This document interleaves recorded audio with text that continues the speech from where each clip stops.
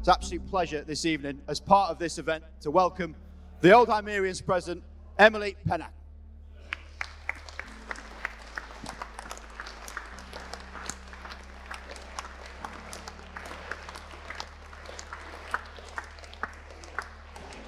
Please be seated. Good evening.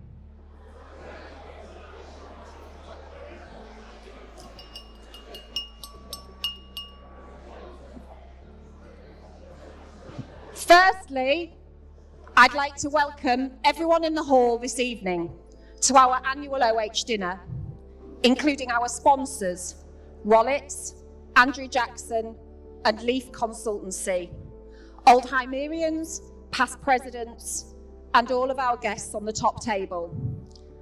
Justin Stanley, our headmaster, his wife Rachel, John Redman, our chair of governors, Amitava Banerjee, our guest speaker, Rob Vickerman, our host for the evening, and our heads of schools.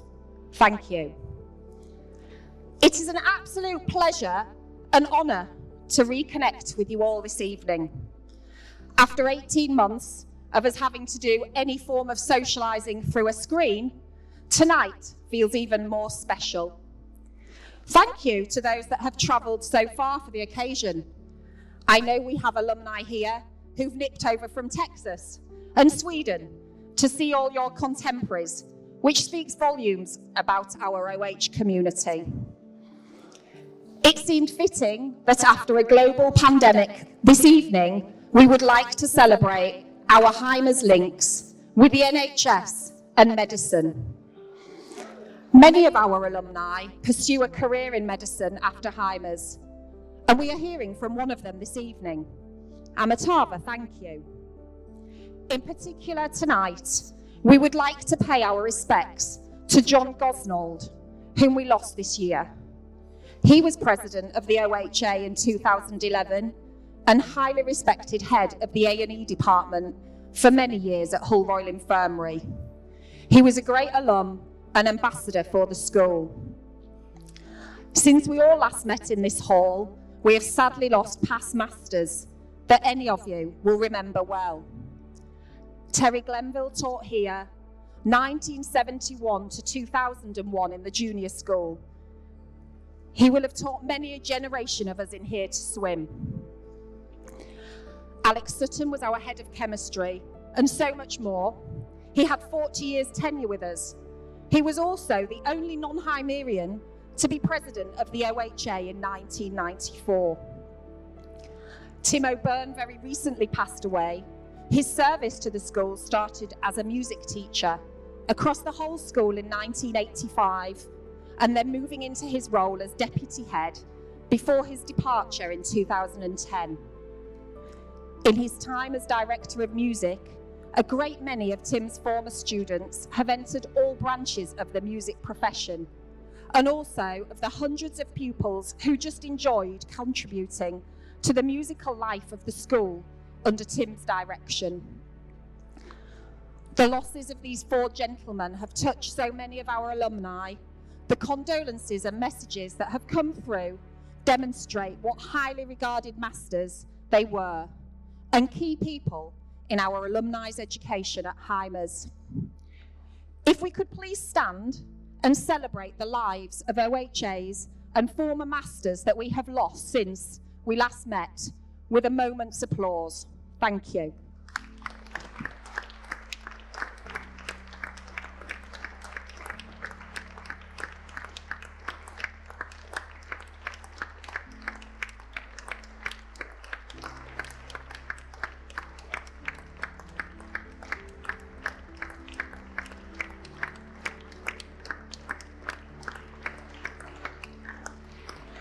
Thank you.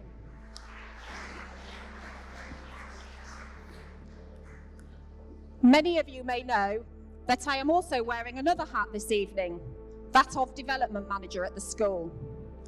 The Development Office exists to help alumni, their parents, and former staff to stay connected with us.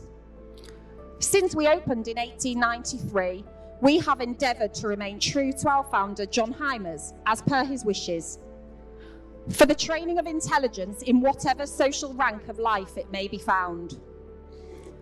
Hymers is not just a school for wealthy families who can afford the fees of a private school.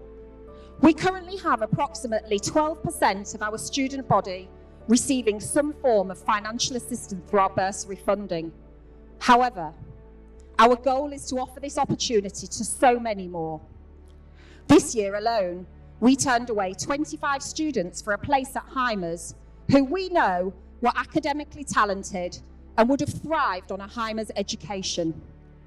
But we cannot provide unlimited free places for all. In order to achieve this mission of increasing our offering, we are asking for any support from our Hymers community to feel that they could give. This may be through regular giving, a one-off donation, or perhaps remembering us in your will.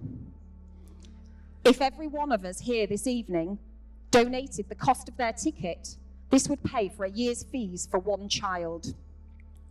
Please do get in touch with me at the school should you wish to support us in any of these ways.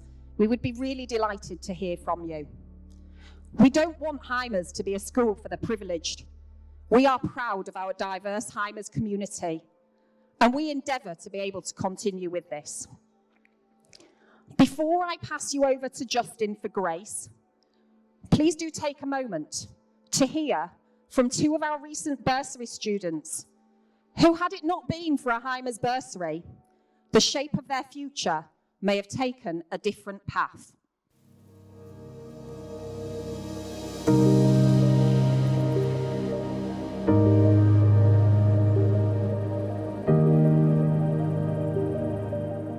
My career path in drama has been incredible. As a full-time actor now, I've been introduced to so many different things.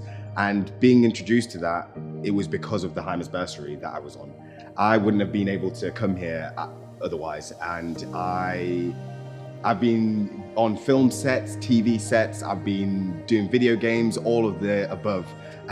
All because I've had the opportunity to unlock sort of that leadership skill within me and that sort of public speaking, all because of Hymers. I was head boy back in 2018, and even just that unlocked something different within me and allowed me to stand out and be myself. So I don't think we'd ever known any other families with children that had gone to Hymers before. So it wasn't really something that I'd heard of, but my mum and dad drove past one day and sort of surprised me and was like, oh, look, there's a school with an open day, should we go have a look around? And we went and had a look, and they've always told me since then that they sort of saw me in that environment and knew that that was really where I needed to be. It was definitely still a struggle for our family. We still had to make a lot of sacrifices and things like that, but I'm so grateful that I managed to come here. I was the first person in my family to go to uni. I did a law degree. Since then I've worked at a law firm for a year. I'm just finishing a master's at the moment, and in October I'm going to start a PhD in criminology, which I'm really excited for. So to go from being the first person in my family to go to uni to sort of doing a PhD is mad. Being on a bursary while I was here, I never felt out of place, and I never felt like I was any different. I still had the same ability, I was told, as any other student. I was able to meet teachers who told me that I could do certain things, such as acting. If I went anywhere else, I don't believe that I would have been able to go onto the career path that I'm on. One teacher said to me, "You're really talented in this, go and do it. I think you'll be successful." And she was right, and now I'm a successful actor. I remember Mr. Gaynor-Smith spending quite some time looking at first generation bursaries and scholarships that I might be eligible for, and sort of varied offers and stuff that universities would give me, which was really, really helpful because it's not something that I knew really existed before he told me about it. The expectation with Hymers is it prepares you really well to go on to university, and I definitely felt very supported, even being sort of the first in my family. A lot of the teachers would look at sort of extra scholarships and things that I might be eligible for, and it was just really exciting, and it was really nice to be looking with all my friends and everyone going off and doing different things. Yeah, it was really nice. Everyone around me inspired me to work really, really hard and to work to the best of my ability. However, I never felt like I needed to prove anything to anybody. I just had to work to be myself and to do the best I can. I'm really grateful that I came here. I think it prepared me really well for sort of life after Heimers. You know, it gave me a lot of confidence in my abilities, and I'm still in touch with all of my friends from school today, which is really nice. And I think those connections hopefully will sort of last forever. I think Heimers made the road a lot easier. I think the support, and it drew the ability out of me that was already there and just paved the way and made it easier for me to achieve these things. I feel like the support and the connections really propelled me to the path that I'm on now and just helped me get to where I am at the minute. I'm so grateful to be back here where it all started, and I'm really grateful for everything that has been done for me. Can we please raise a glass to the Old Hymerians Association and enjoy your evening?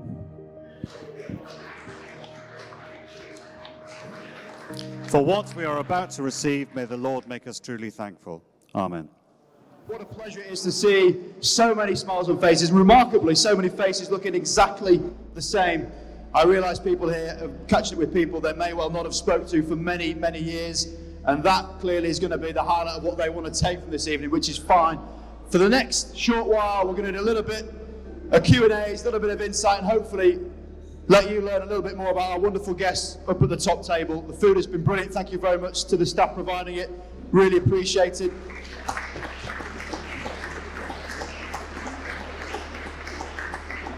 There was a special request for Pat Joy to come back for one night only, but unfortunately she couldn't make it. This evening is all about creating memories and reminiscing.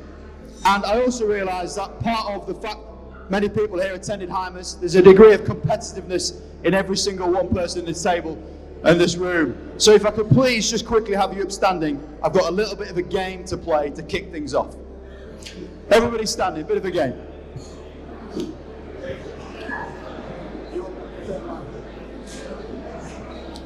So this game is really simple.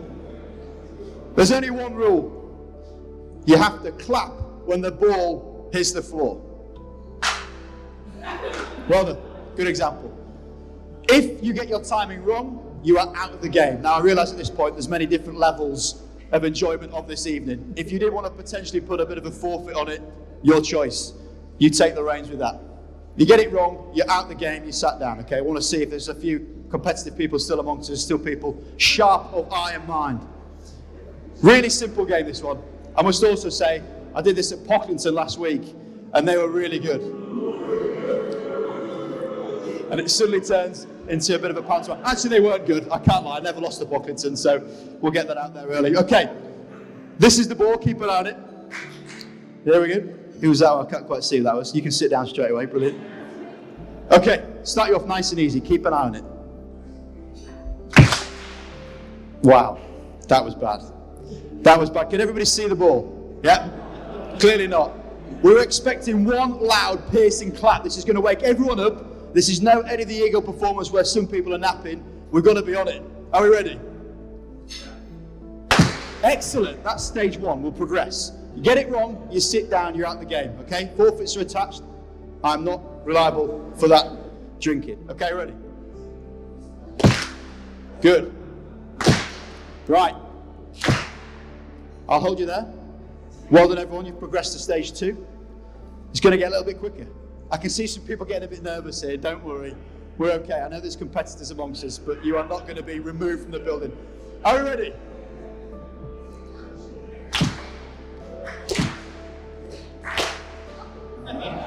You know the rules. If you got your timing wrong, sit down. Let's see who's the winners amongst us. Let's see if anybody... Oh, well.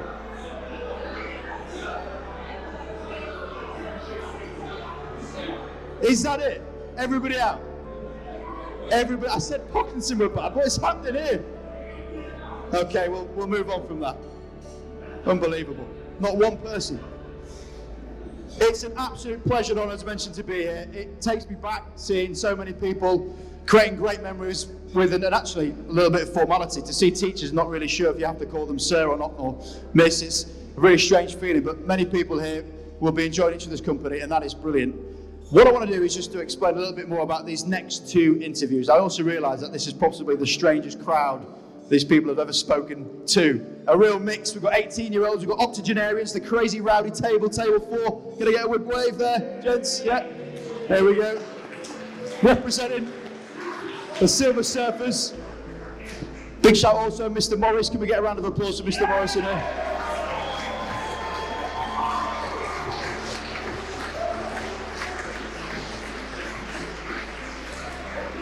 Highly respectable. I'll not mention Voldemort, can't be named. But if I go into another big band of people in this room, we've got a significant amount of people celebrating their 25th year of being back at this school.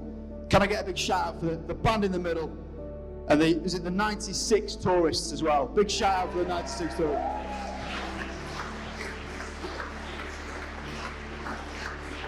Now, if anybody is really keen, I know Chris Fitzpatrick in the table just there, I can see him, he's going to put his hand up, there he is. Just about to see him. Stand up, Fitzy.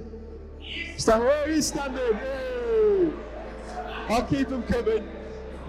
Fitzy has got a file of pictures with him. Got Mr. X a little bit nervous at first where he thought it was evidence.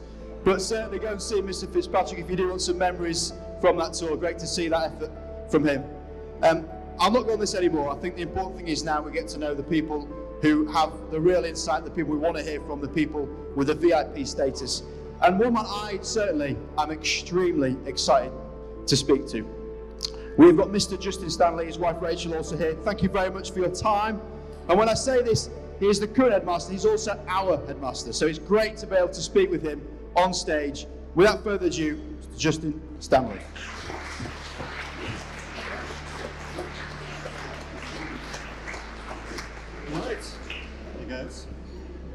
Here you go. I've been speaking to Mr. Stanley throughout the evening. There's a degree of excitement and willing. And apprehension. There's no need to be, but I did think, just to try and ease the nerves, to settle you in a little bit perhaps, even though this is your domain, we've got a bit of a quiz, ladies and gents. It's called a hot seat. We'll try and make it like a bit of a quiz show. Okay. So what I thought we'd do, I know you're into your second tenure now as a COD head, as an honorary COD head, a person of Hull. This is now your domain, albeit in Beverley. Well played with that. I'm going to ask you 5 statements that I'd like you to try and interpret in your way as an understanding of what people from Hull might well be talking about. People in the crowd will know this, but please don't shout out until Mr. Stanley perhaps doesn't know the answer, but we'll see how you go with it. So this is Justin's hello, welcome. See what I did there? Excellent. So if I were to say to you, it's mafted in here, what would you think that means? It's cold. Oh. It's hot. It's hot. It's very warm. It's hot in here. Right, it's hot in here. Sorry. The general disappointment actually caught me off guard. I didn't think we'd have that. Should we finish this now, Rob? Second one, bit easier this one. There might actually be a cultural reference. You'll probably know more than I on this. Are you larking?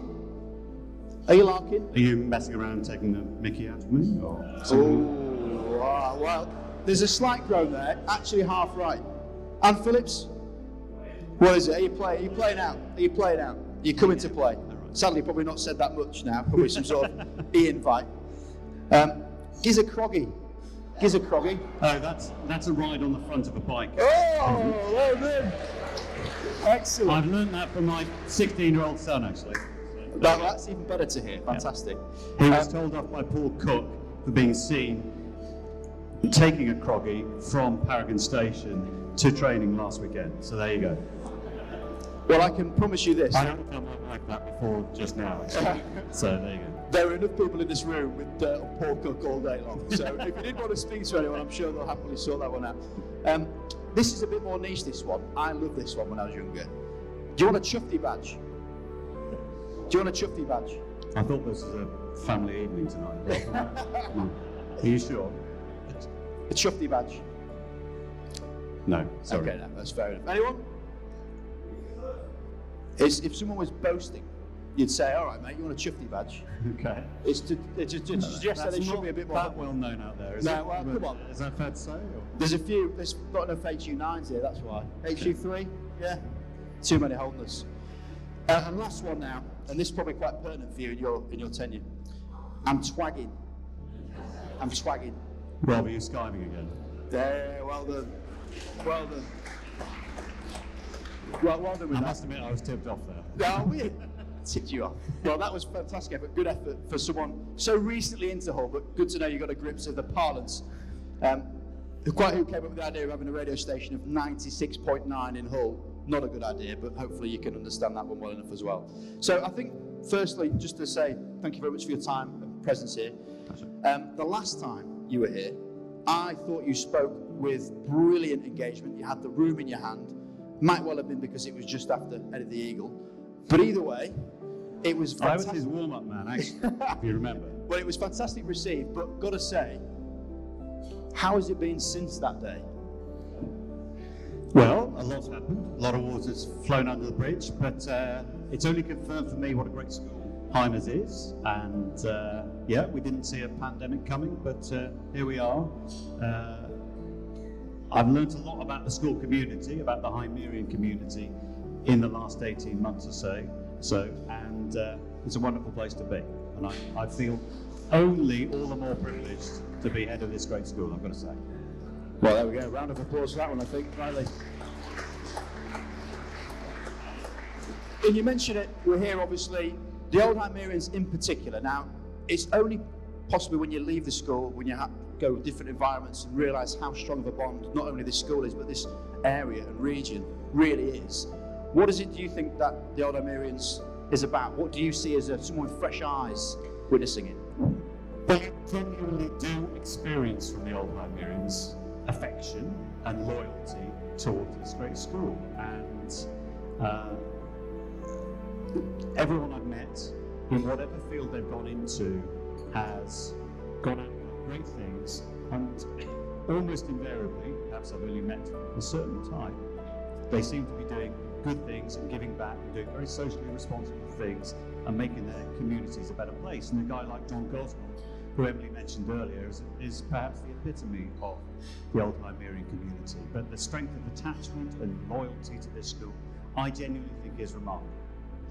Well, the name's synonymous with that. I think, Emily reiterated before about just how important the bursary is, and John Hymers Fund is all about that inclusivity. It's about giving people the education from an area that is seen as deprived at times. And how do you see that as being impactful in this school?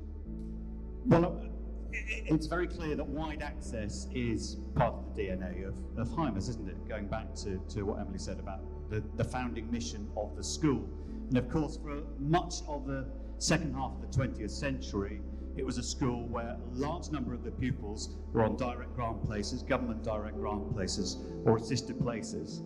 And they finished in 1997, and the bursary scheme is all about regenerating those places so that bright pupils from the local area can attend this great school. Bright pupils of intelligence. And as Emily said earlier, every single year we have to turn down about 25 pupils who pass our entrance exam, but unfortunately we can't fund that place at the school. And so the bursary scheme is integral to the type of school we want to be educating the brightest young people around here. And it's going to take a great effort. We've been doing great things, actually, funding those places from existing parents, but we need to go further and faster. There are schools, in the north of England who've been doing this for a long, long time, very, very seriously. They're not better schools than we are at all. They don't have a more loyal alumni base, but they've started earlier and they've generated a lot of momentum. And this is really what this evening's about. It's about really kick-starting this and doing it seriously. And actually, you say we're a competitive bunch. We can outperform them, but we need to. Because as you say, everyone knows that there are very, Hull has its issues, has its areas of real deprivation, but there are very, very bright young people out there who would really benefit from being educated at this school. And that's what the bursary scheme is about. Yeah, absolutely.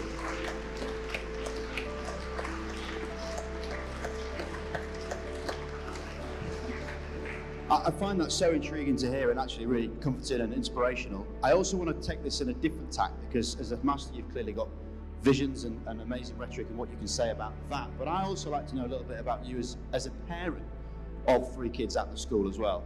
I mean, apart from making a really awkward parents' evening, how do you how do you balance the fact that you are someone leading the school, but also someone who has the pastoral side of your own children here?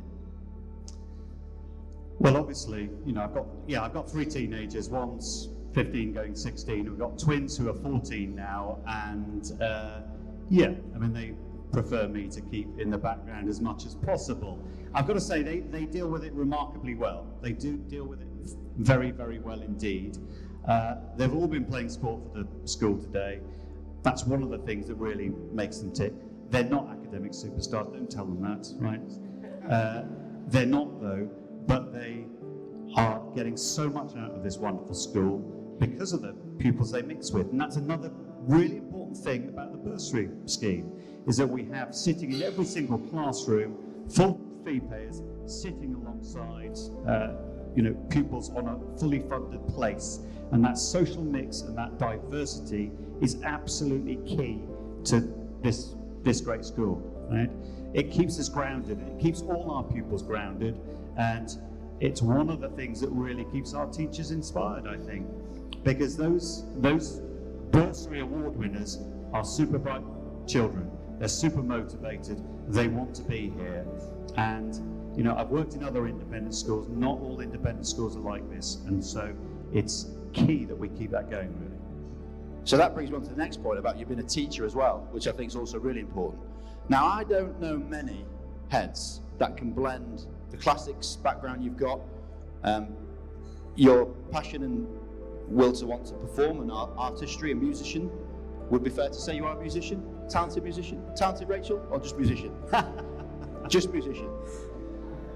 And also sport, and have that passion. So blending all those three, where for you do you see the sweet spot? Well, amateur at all those things, I've got to say, right? That's kind. But actually, I think it is about balance, and a school like Hymers is all about balance, and it's about experience. What makes this a great education? It's about giving young people opportunities to experience all sorts of different things, to test out their potential in all sorts of different areas. And you're very good, very, very good at certain things, Rob, right? Most of us are pretty, okay at most things, but it's important that we try these things out, and we give things a go, and it's only by trying everything out that young people explore their potential. Hopefully I'm good at certain things, but those things you mentioned, I'm a keen amateur, no more than that. Well, I think you're humble as well. It's one of those traits, trying to butter me up as well, so stop it. I'd be better at the clap game, though. That was terrible. Big thing about this hall, and I guess for people coming back, it might take them a little bit to really take it all in, but it's just the presence of the glaring portraits on the wall as well. Incredible, and I'm lucky enough to be third generation. Both my father and grandfather had their tenure here. At the impact of each of these heads, some better than others.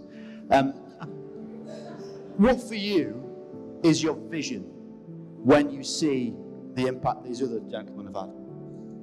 Well, obviously, I'm very aware of the responsibility that comes with leading a school like Hymers. And yes, you're aware of the history and the tradition, and you're aware that you're standing on the shoulders of giants like Mr. Morris there and Mr. Elson, after him. And, there's a real responsibility there. The vision for Hymers, well, all-round excellence with an academic thread. So much of what we have done in the past has been absolutely spot on. And of course, we need to adjust to the world around us and incrementally change. But, the core of what Hymers has always been is integral to my vision going forward, really. Yes, of course, we've got exciting projects ahead. So, within a year, all our students in the senior school will have a digital device, in their hands that they'll be doing a lot of their work on. So we've been working on our IT strategy. Yes, we've got capital developments in place. Steve Warnsley's always bending my ear about the different sports projects he wants to get up and running, and some of those we take seriously, actually, I've got to say. But whether or not it's the design and technology extension that we want to move on, or outdoor play spaces. Yes, we've got capital projects in mind as well, but the core of what Hymers has always been, getting the best out of every every individual pupil through really strong pastoral care, high academic standards, rich extracurricular opportunities. Those are things, going forward we need to maintain. And if we've learned anything about education in the last 18 months, it's that, yes, of course, you can teach maths online, and yeah, you can teach languages online, but good schools are much, much more than just about that.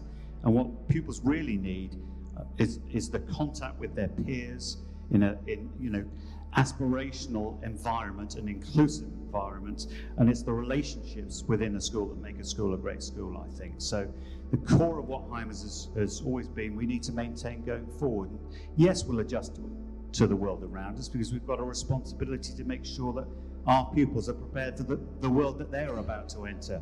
Okay, not our past, not the world we entered when we left school and university, but much of what has been in Heimers will undoubtedly power us through going forward. And being an agent of social mobility is something that Heimers has always been and is really important going forward, and that's where the bursaries come in. And that leads me on to, I guess, on behalf of everyone here, not only to thank you for your time, words and presence, but also how can we, as Old Heimerians, help? Because that's undoubtedly what everybody wants to do. How can we do so? Well, many of you have been very generous with your time in recent months, actually. It's been fantastic how our pupils have benefited from Old Heimerians doing Zoom assemblies, talking to the Languages Society at lunchtime, talking to MedSoc, talking to our aspirant lawyers. That is wonderful, and please maintain that.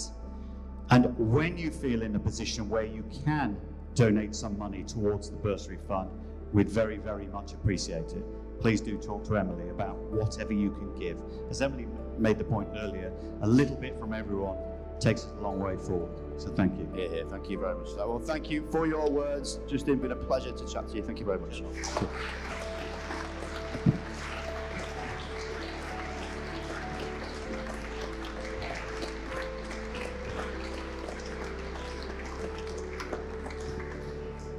I do like a bit of slating of the staff as well. At least you can understand Mr. Walmsley. Half the people they can't.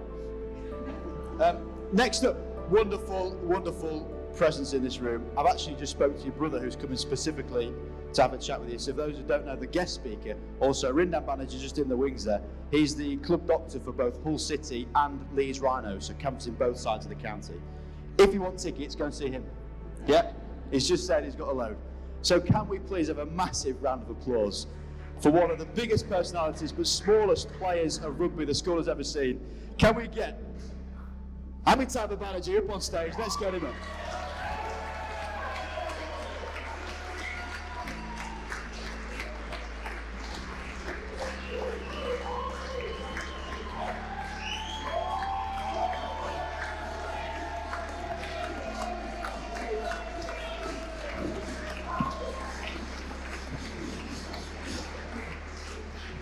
So one of those feelings, this could be quite an interesting one actually. How about you? A bit of a rogue, came the wrong way on the stage, so we're already seeing where this one go.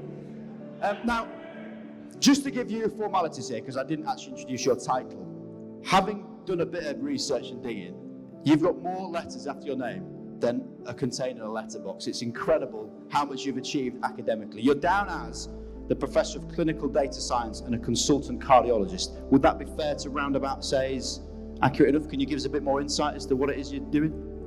It's not just fair, it's accurate. That's what I am. That's fair enough. That's good. Well prepped, well prepped. Now, as ever, and as Mr. Stanley just found out, we want to start with a little bit of a quiz as well. So I mentioned about doing a bit of digging. I've got a bit of inside information from your brothers largely, and Anne Phillips, who's your surrogate brother, he said. It's a bit of like, this is your life vibe to it, all right? So I'm, again, not sure this is going to go, but we'll see how it goes down. So there's going to be 4 questions here from your history, about your life. A little bit to do with what we're going to talk about. We'll see how it goes. So according to your siblings, who is the least intelligent brother? Me. That was correct, yeah. Do you know why they said that? No common sense. So the only Banerjee in the family that wasn't moved up a year. That is their standard, ladies and gents. If you're not intelligent, if you get moved up a year, you're considered not intelligent. So we'll give you none for that one. Age 6. So cast the mind back here. What did you say you wanted to be?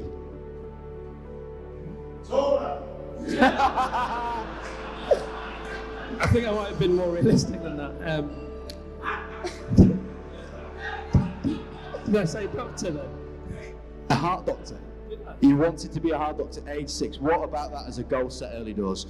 Just give people a bit of insight, and there's be a large swathe of people that know this already. What is your nickname on the rugby pitch? What was it? Bob. Right. Got told something a bit different than that. You want to explain that nickname? Bob was just my school name. I think people found it difficult to pronounce my name when I was in junior school.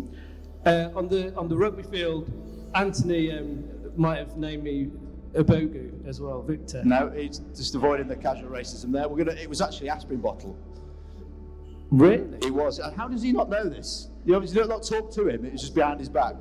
I think it was Sounds like it was. to the size and shape of your frame, actually. So age 9, final one now. Bit of a mastermind vibe to this question as well. What was your junior school, age 9? What was your specialist subject for mastermind? The human body. The human body. Age 9. Most people have been Marvel superheroes. Human body. There is no doubt then, ladies and gents, that this man was destined to see the success that he has had in his field. And again, going into the details of it, degrees coming out of his ears. But from leaving Heimers, the journey you went on since, how much has this school, this establishment, been part of where you've got to? It's absolutely everything to do with who I am and what I do. I think that when I was here, well, for a start, you can see a lot of my classmates. And I think you get not only from your teachers, but from the people you're at school with. And I took that with me, that you're not just doing your, doctoring or your rugby or whatever. You're mixing across the board. And I think Heimers is a community in that way, very inclusive. And I think you are encouraged to do more than you otherwise would be. I mean, I was, I think you've illustrated quite well through your questions, quite bookish. And actually, I got to do a lot of things in this school that I otherwise wouldn't have got a chance to do or had no business doing. I mean, one of those is actually doing drama. So it's great to see Neil King here, who gave me a chance to do something outside of the shower singing that I otherwise would have been doing for the rest of my life. And, got to be lead role in Guys and Dolls with Susan Clark, who's also here. There's no way I would have done that if I wasn't in the school. And that's about as high as my acting career ever reached. And you also mentioned rugby as well. I had no business in some ways. 5'7", and then I was more like 73 kilos. I won't tell you what I am now. But I think it's fair to say I was the most scary prop on the Northern Rugby circuit. Tell him, Fitz. He probably will. He's got his Heimerians out. So the journey continued from Heimers, and for anybody that has read This Is Gonna Hurt by Adam Kay, or has even watched Junior Doctors, the debauchery that can go on in those environments, I'm keen to learn a bit about. But you chose 2 places specifically to go to be a junior doctor, both Leeds and Newcastle. So really pinning your hats high in terms of the drama. How was that experience from school or from university? You can use the mic, it might be easier. So I didn't go to Leeds. I was in Hull and in Newcastle. So Newcastle I chose because it was a city that I'd always wanted to live in. And even though I'm from Hull, the first thing that hit me, because I did 6 months of a job in Oxford first, and when I moved there it was February, and I went out on a night out wearing a shirt and a jacket, and everybody looked at me like I was from a different country, because it was -3, and there were people wearing next to nothing out on a night out, and that seemed to be the done thing in Newcastle. So I learned that was different. And yeah, it was. So I did spend a year working in Hull, and that was just brilliant.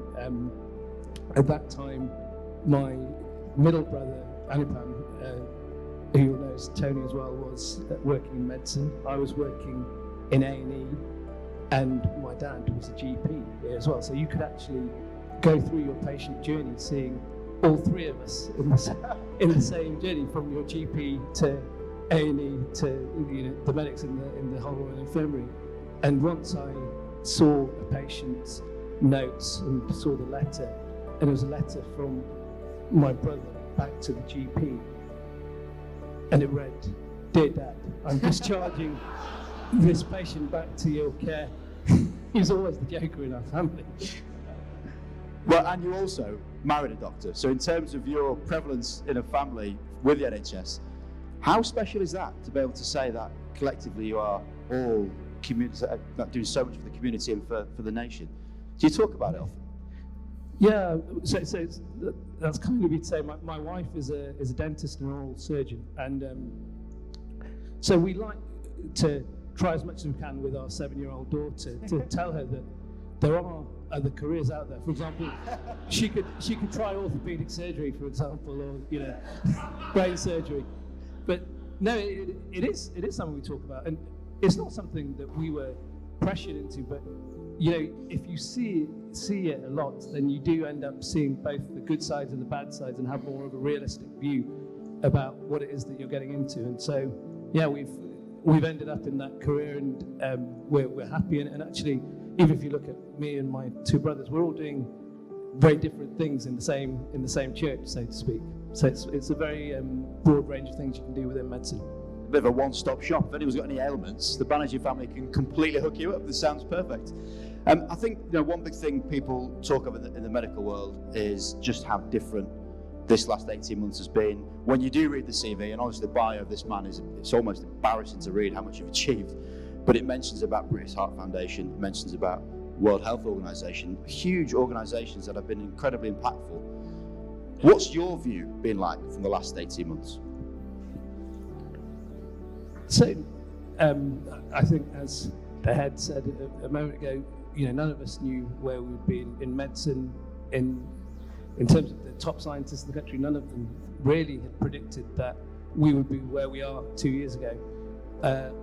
I think that vaccination has changed the game totally. I think it's just incredible to be here having an event like this. This was something that we couldn't have thought of this time last year, and even a couple of months ago. So it's wonderful to be here. But I think that we've learned that planning earlier is better. I think we've learned that we've got to take the public with us, and having the right interaction between politicians and scientists, which hasn't always been right in the last couple of years, has been a problem. Well, that's insightful. Thank you for that. And what I want to do is get into a little bit of more of the rowdy side, if you like, a bit more play into the crowd with that massive swathe of people that are celebrating 25 years since. What an incredible moment it was. Now, I was very much at the younger side of this. I think I was in year 4 when the 96 tour happened, and the whole school had this buzz around it about what you were doing and where you were going and the significance of the fundraising and the activities. Are there any good tour stories you can tell us about that trip? Only at the bar later. Anything? Oh, come on.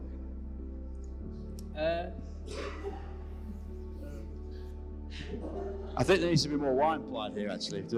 Maybe get a few stories later on. The reason why I asked this is because there's several of you here, actually. I'm just going to go. There's not. Don't worry. But it's an amazing achievement to have done as a school, as a team, and the bonding and experience you can do on a tour, which, again, I'm lucky enough to have seen firsthand. It unifies people. You look across here, there's people you were at school with 35 years ago. How special is that to celebrate a moment like this? 20. No, 35 years ago he was at school with them. I'm correct with that. 35 years ago he stopped growing. So what point do you look across and see how special those connections are with people in the room?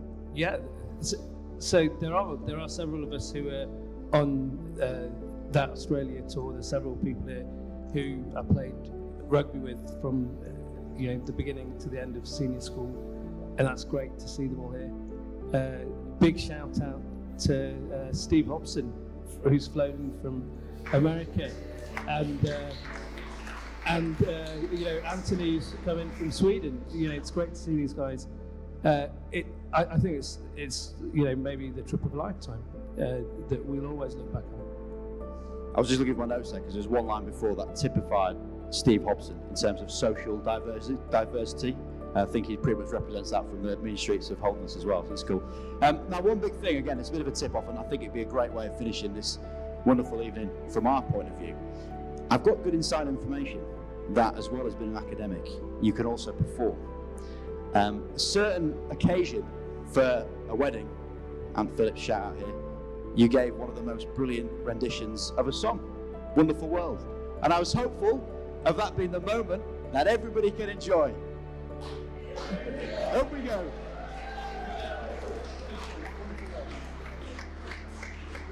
Ladies and gentlemen, Miss Amitabh Banerjee, let's hear you.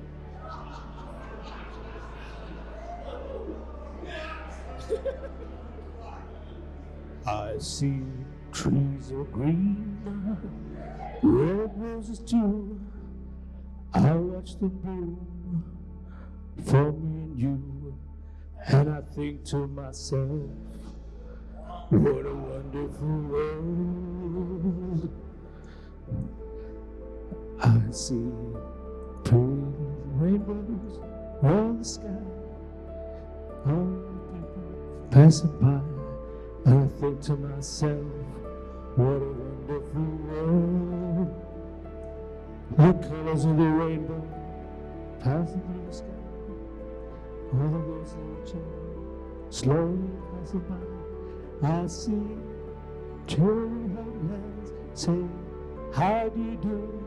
They really say, I love you. I see babies cry. I watch them grow. There'll be much more than I'll ever know. And I think to myself, what a wonderful world. I think to myself, what a wonderful world.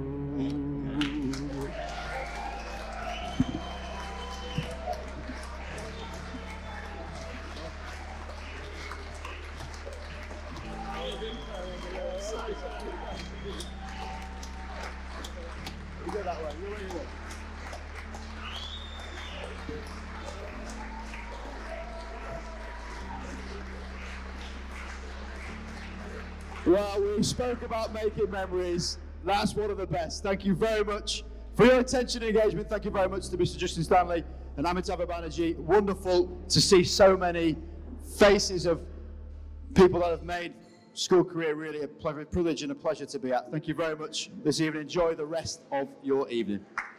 In the Gore Suite.